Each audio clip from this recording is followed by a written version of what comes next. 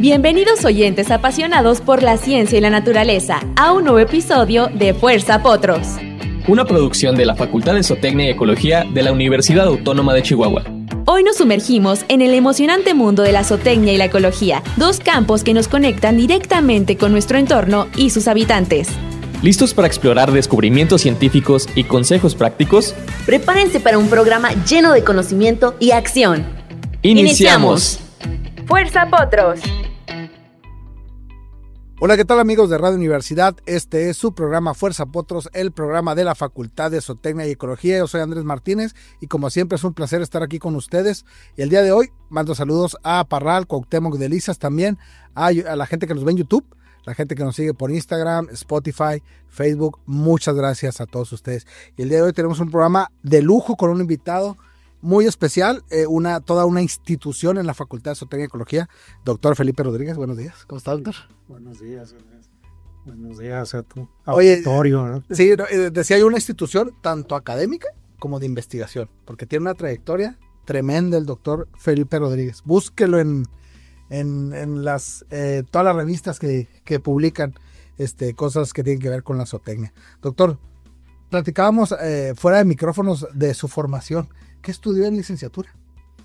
Sí, pues básicamente mi vida la he pasado en zootecnia, más de la mitad de la vida, y literalmente, ¿no? Yo estudié la carrera de ingeniero zootecnista en ese entonces, empezando allá en septiembre del 83, y luego de ahí terminé, y básicamente terminando un semestre después empecé con la maestría. Terminé la maestría en el 90 en el área de reproducción y genética. Y de ahí otros 3 semestres y ya me fui al doctorado, ¿no? Cuando yo terminé la licenciatura, lo primero que hice fue regresarme al rancho, ¿eh? Yo soy nacido ahí en un ranchito ahí en el municipio de Huachinio.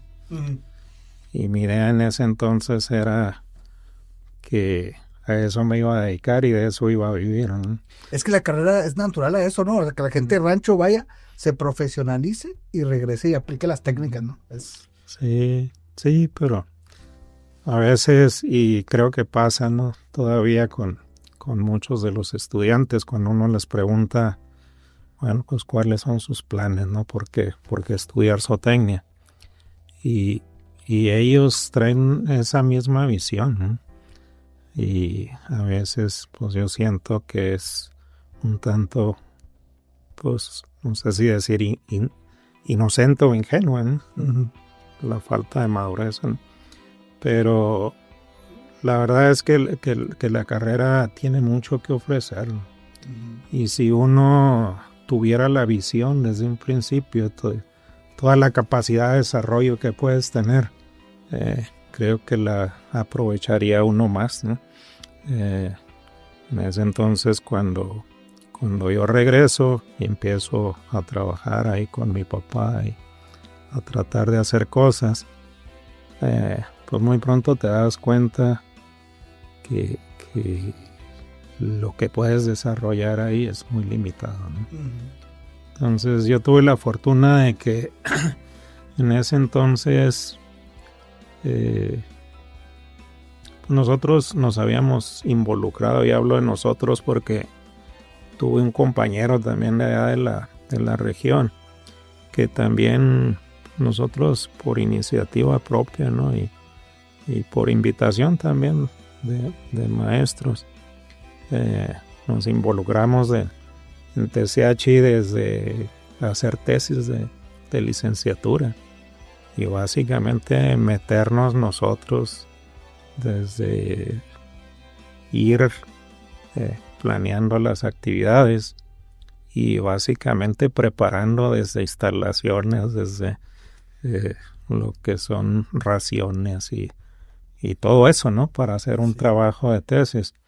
Entonces, con base en eso, nos llama el director en ese entonces, ¿no?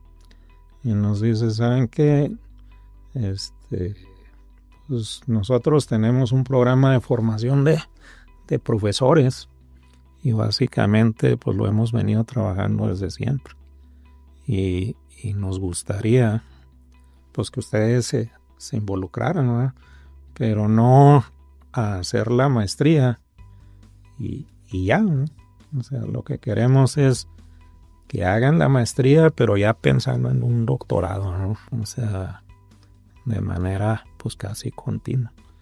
Y ahí así fue, ¿no? Y ahí sí fue que terminando la maestría empecé con cursos de horas sueltas, luego como técnico, en lo que pues se daban los tiempos, ¿no? El idioma y sobre todo la gestión de becas para ir a un doctorado. ¿Y el doctorado dónde lo hizo? El doctorado fue en Lincoln, Nebraska. Es decir, como me dijo lo de la lengua, dije, sí, es que usted estuvo en Estados Unidos. Sí, entonces ahí pues otra persona que influyó en esa parte fue el doctor Gonzalo Ríos. Él es egresado de allá también. Sí, se mantiene ahí en la escuela, va ahí, no se quiere ir, va y saluda a todo el mundo, ¿sí o no? Sí, entonces él pues comentó, ¿no? El hecho de que es el único que está en esa área soy yo. Entonces sí es importante que uno de ustedes, o sea, valdría la pena pues que se fuera en esa área, ¿no? En nutrición y genética. No, en el área de genética, ¿no? De mejoramiento genético. Y pues así es más o menos la historia, ¿no? De mi formación y cómo se llegó a la... En el 83, en el 85, cuando andaba usted de estudiante, y ahorita que ve el mejoramiento genético, ha cambiado mucho.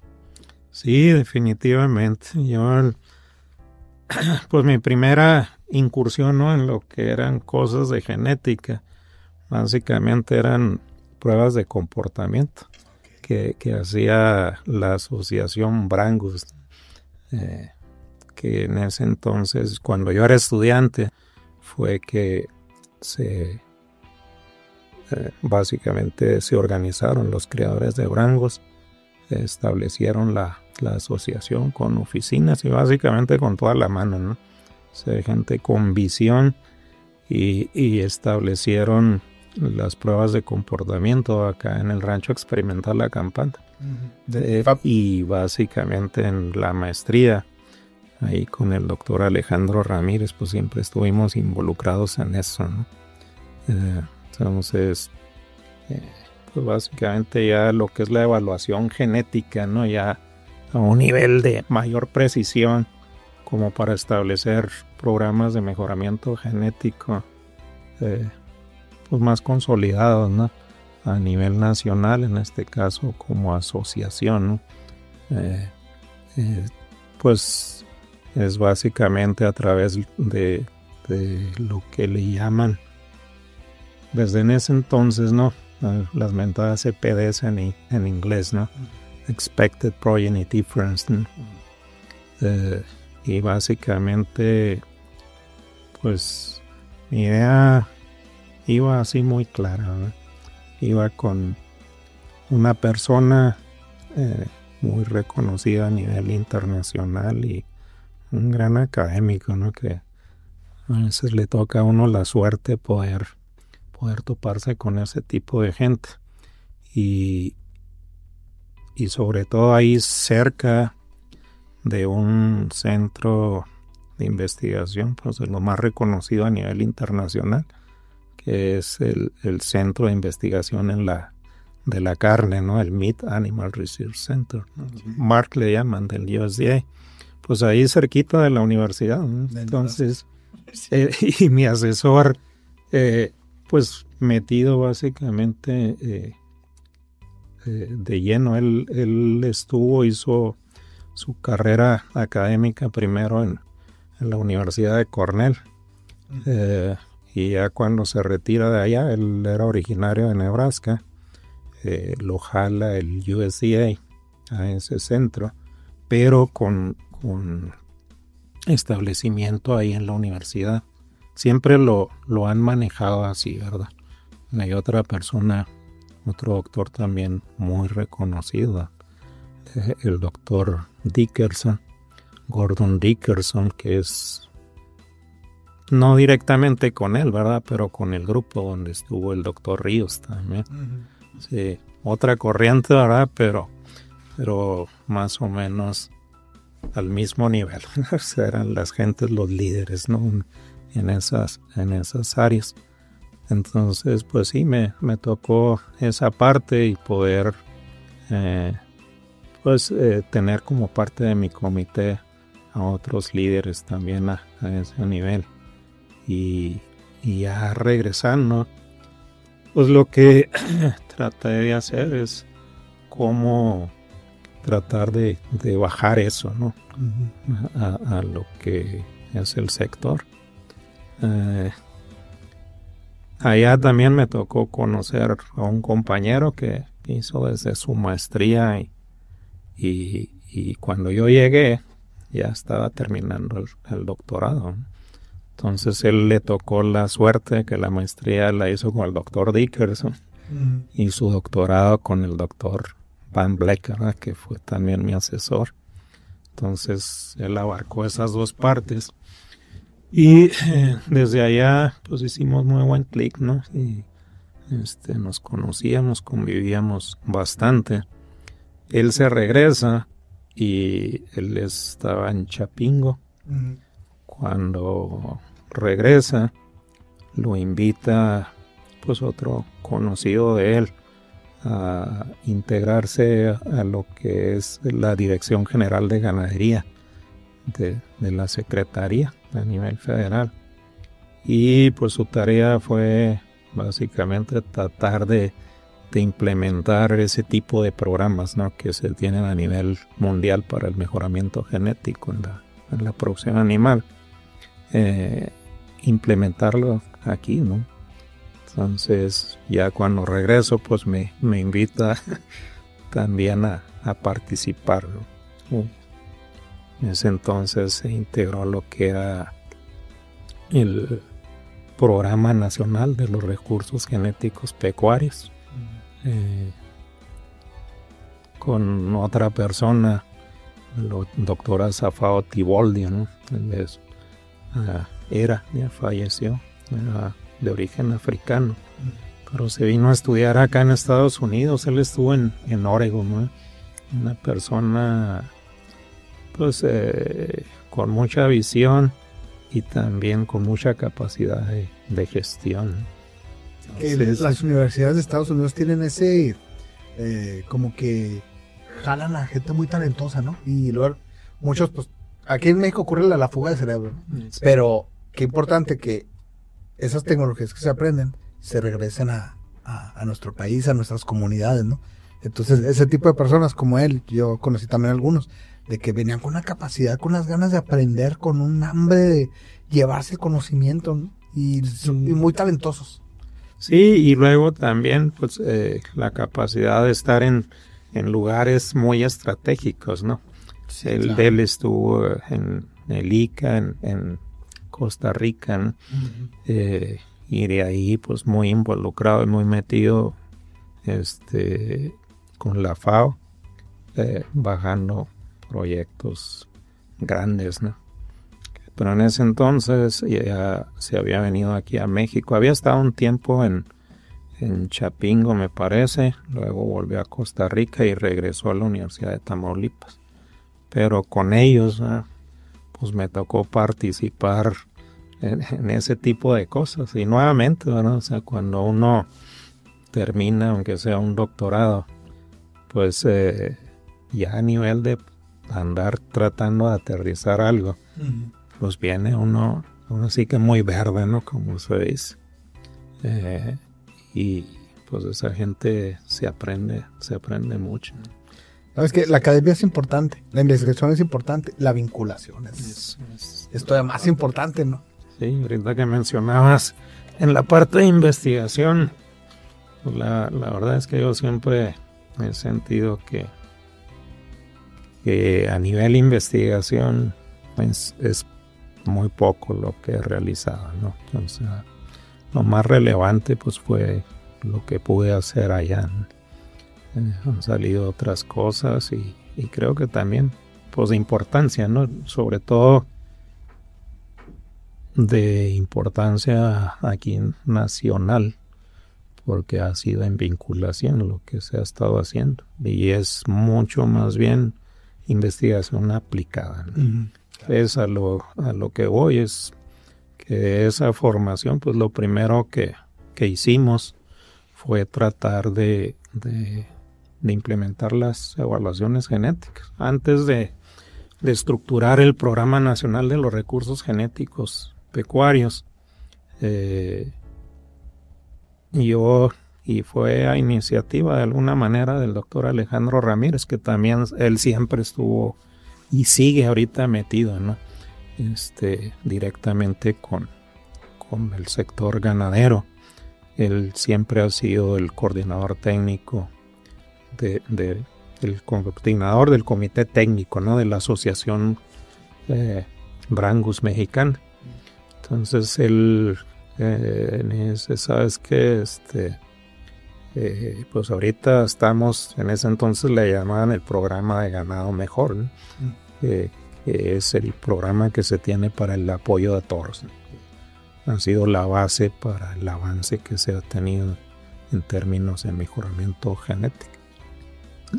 Pero pues básicamente las reglas técnicas ya establecen que para poder participar por parte de los criadores en ese programa, pues primero hay que tener implementado un control de registros productivos, ¿verdad? No únicamente la cuestión de certificados genealógicos. Y en tanto tiempo pues van a hacer evaluaciones genéticas, ¿no? Entonces desde ahí había un fondo por parte del CONACYT en ese entonces, a nivel estatal, conjunto con gobierno del estado. Era el fondo, más bien creo que era de 13 estados, era regional, el fondo Francisco Villa, el Civilla, ¿no? Y ahí metimos una propuesta y era pues más que investigación, era ahora sí que de transferencia de tecnología, ¿no? De empezar con los productores, desde enseñarles, ¿no? Cómo había que levantar pues una base, estructurar una base de datos bien sistematizada, que realmente llegara a permitir llevar a cabo evaluaciones genéticas a través de ranchos, ¿no? Y desde ahí fue desde comprar una báscula electrónica y el apoyo de estudiantes y otros compañeros, pues estar yendo a los ranchos, ¿no? Y apoyar al criador, ¿no? Desde cómo en ese entonces armar libros, ¿no? Para llevar por escrito antes, todas las tarjetas y eso, la ¿no? pluma decíamos, o de lápiz, exacto, ¿verdad? Y ya empezar a ver cómo tratar de ir estructurando todo el programa para que esos datos realmente sirvieran, ¿no? Para hacer la evaluación de esos toros. Y así es como empezamos, ¿no? Hasta llegar a establecer ya los sistemas a nivel país. Y en el caso de nosotros, bueno, para ese plan de mejoramiento genético, el plan nacional, se estableció un organismo, ¿no? Como un coadyuvante de lo que era la Secretaría o la Dirección General de Ganadería, y poder implementar esa parte, que fue el Consejo Nacional de los Recursos Genéticos Pecuarios, se le llama CONARGEN. Ahorita realmente también pues es una parte que no está ya funcionando, ¿verdad? Como funcionaba, y a través de ellos fluían los recursos. Entonces, dentro de ese organismo, lo que se hizo básicamente fue que iba a estar a cargo de los productores, a cargo de los criadores, ¿no? Sí. Con la participación de instituciones académicas, pues que tuvieran la capacidad, ¿no? de apoyar y de participar con los productores en eso, y también pues el gobierno, ¿no? Pero pues su mayor participación básicamente, bueno, es en la parte operativa, en la regulación, pero también con el recurso. Sí, claro. Entonces, eso por mucho tiempo nos permitió, en el caso de nosotros, empezar a trabajar con las asociaciones que estaban establecidas aquí en Chihuahua. Era Brangos en primer lugar, ¿no? Pero también Salers, Hereford y Angus en ese entonces eran razas que decía la gente, ¿no? Que en lugar de estar en la secretaría de la Zagarpa, que era en ese entonces, que deberían estar en la SADER, ¿no? Porque eran razas en peligro de extinción. Sí. Sí, y en ese entonces, pues sobre todo aquí con la Hereford, me tocó involucrarme y empezar con el doctor Rafael Beckman, ¿no? El que estaba de presidente a cargo del consejo, y una persona hasta ahorita, ¿no? Los hijos, pues muy reconocidos como criadores de Hereford aquí en el estado, en tratar de diseñar una estrategia de cómo poderle hacer. Hicimos un planteamiento ante la Secretaría, se apoyó a ese planteamiento porque había, como él, ¿no? Básicamente era el más avanzado de alguna manera. Él llevaba todos sus registros y controles con Hereford americana. Y había otros criadores que no tenían eso, pero que ellos, todos sus toros, eran con registro, ¿no? Eran importados en ese entonces. Genéticamente perfectos, dice. Pues no perfecto, pero mejor, pero al menos contaban, ¿no? con un respaldo. Uh-huh. Pues muchos de ellos también llevaban sus propios controles, ¿no? Había evidencia de que lo que estaban haciendo, pues era un Hereford, ¿no? Puro, básicamente.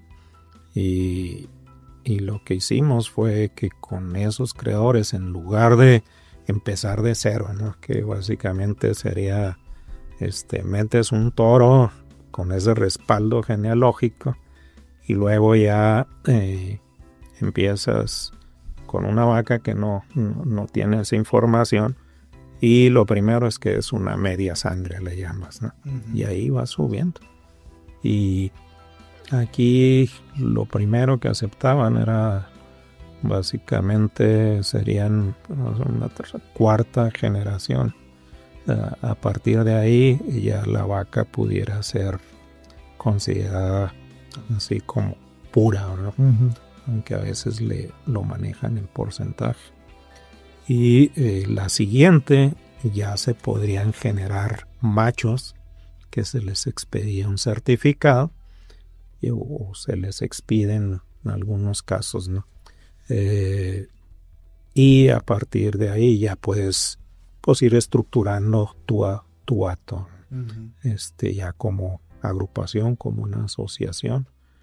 Ese esquema, ya que lo presentamos, se planteó también por parte de la Secretaría a la Asociación Angus, y ya fue como resurgir, ¿no? Y ahorita pero ya con una base, ¿no? Sí. Angus ahorita pues es una de las razas más fuertes nuevamente, ¿no? Sí, claro. Y es a nivel internacional, pero sí, o sea, a ese nivel estábamos, y de ahí hubo que empezar. Y nuevamente, volviendo a la parte de investigación, creo que así se tiene que empezar. Sí, claro. Hacer ese esfuerzo desde la parte básica, ¿no? Y a partir de ahí ir construyendo, ¿no? O sea, no podemos pensar en estar haciendo cosas avanzadas y que no vayan a ser de beneficio, ¿no? Sí, hay que correr antes de caminar. Exacto. A veces, no, la investigación siempre ha sido parte importante, pero lo que hacían antes nuestros antepasados, lo de a prueba y error, así lo hacían los ganaderos antes. Sí. Ahora, con la base académica, la base científica, pues es más rápido, pero sigue siendo lento, porque no puede ser tan rápido. Sí, a lo que mencionabas en un inicio, ¿no? Ha cambiado mucho, ¿no? Y todavía a veces se dificulta hacerle entender al criador, pues que sí, esas tecnologías avanzadas que tenemos ahorita, pues te permiten ir a otro nivel, ¿no? Pero tienes que partir de lo básico. Sí. Cuando hablamos de la genómica, ¿no? Ahorita que está tan de moda, ¿no? Pues básicamente no puedes hacer mucho si no tienes lo básico, que son los registros productivos, ¿verdad? No puedes relacionar todo lo que haces de identificación de marcadores en el ADN, si no tienes información donde lo relaciones y sacar tus, vamos a decir, ecuaciones de predicción, que es como se inició en un principio, para, con base en eso, generar estas evaluaciones genéticas desde la que estaba hablando de un inicio, pero ya apoyadas con esa otra información que te va a dar mucha mayor precisión, ¿no? En la evaluación. Oiga, esto de la genómica nos da este tema para otro programa, nada más de eso, ¿ah? Sí, doctor, lamentablemente pues en radio el tiempo es muy cortito, la plática está muy interesante, el tema está muy interesante. Me hubiera gustado también platicar mucho de su trayectoria, sí, más bien su experiencia en Estados Unidos, pero otro día lo platicamos con calma. Le agradezco mucho que haya estado aquí con nosotros, doc. No, con gusto. Creo que definitivamente hay muchas cosas y ahorita me gustaría mucho compartir con la comunidad, con el público, lo que hemos estado haciendo en otro proyecto bien interesante, ¿verdad? En Tesiachi, sobre cómo podemos aprovechar un recurso que por mucho tiempo se mantuvo ahí como algo que no podía apartar mucho para lo que es la producción de carne, ¿no? En bovinos aquí en el estado, que es el ganado criollo de la sierra, y que ahorita tenemos ya resultados. Acabamos de tener una demostración ahí en Tesiachi sobre cómo ese recurso, combinado con una raza como Angus, nos va a dar los mismos resultados que estamos teniendo con razas especializadas, pero a mucho menor costo y aguantando los retos de lo que es el cambio climático. No, pues lo voy a comprometer a platicar eso en el siguiente programa que venga. ¿Qué te parece? Eso a mí me fascinaría, ¿no? Bien. No, pues doctor Felipe Rodríguez, muchas gracias por haber estado aquí con nosotros. Muchas Bien, gracias. agradecemos a todos los que hicieron posible este programa, a la maestra Mari Mascorro, los controles técnicos, al maestro Luis Castillo en redes sociales. Yo soy Andrés Martínez y esto fue Fuerza Potros. Y así concluimos este episodio de Fuerza Potros. Una producción de la Facultad de Zootecnia y Ecología de la Universidad Autónoma de Chihuahua. Recuerda, cada elección que hacemos impacta en el equilibrio de nuestro planeta. Nos escuchamos en el próximo episodio con más ciencia en zootecnia y ecología. Sigue en sintonía. Aprender investigando es afirmar sabiendo. ¡Fuerza Potros!